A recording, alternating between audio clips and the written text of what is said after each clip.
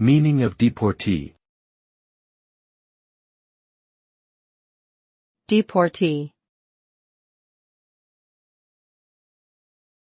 Deportee.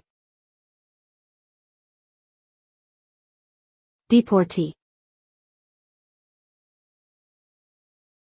Deportee. A deportee is someone who has been forced to leave the country they were living in and sent back to their home country or another country.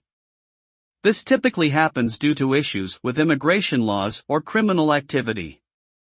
Being a deportee can have a significant impact on a person's life, including the loss of family, friends, and work opportunities. It can also result in financial hardships and difficulty adjusting to a new environment. Overall, being a deportee can be a very challenging and distressing experience.